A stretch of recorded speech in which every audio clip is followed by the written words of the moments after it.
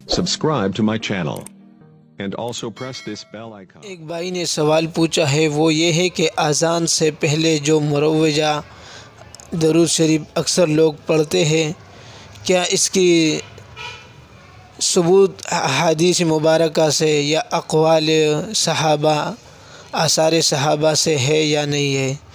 تو اس کا جواب یہ ہے کہ اذان سے پہلے یہ درود شریف الصلاۃ والسلام علیک یا رسول اللہ یہ احادیث کی کتب میں نہیں ہے، صحابہ کرام سے ثابت نہیں ہے، پیغمبر صلی اللہ علیہ وسلم سے ثابت نہیں ہے۔